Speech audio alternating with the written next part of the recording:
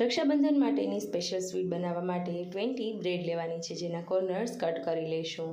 Corners cut થાય ત્યારબાદ હળવા હાથે તેનો ભૂકો કરી લઈશું. સરસ રીતના ભૂકો થઈ જાય ત્યારબાદ 4 ચમચી મિલ્ક પાવડર, અડધા કપ જેટલું દૂધ અને ફ્રેશ મલાઈ ઉમેરી મસળી લેશું. 5 થી 7 મિનિટ મસળાઈ જાય ત્યારબાદ ઉપર થોડું ઘી લગાડી અને તેને સાઈડમાં રાખી દઈશું.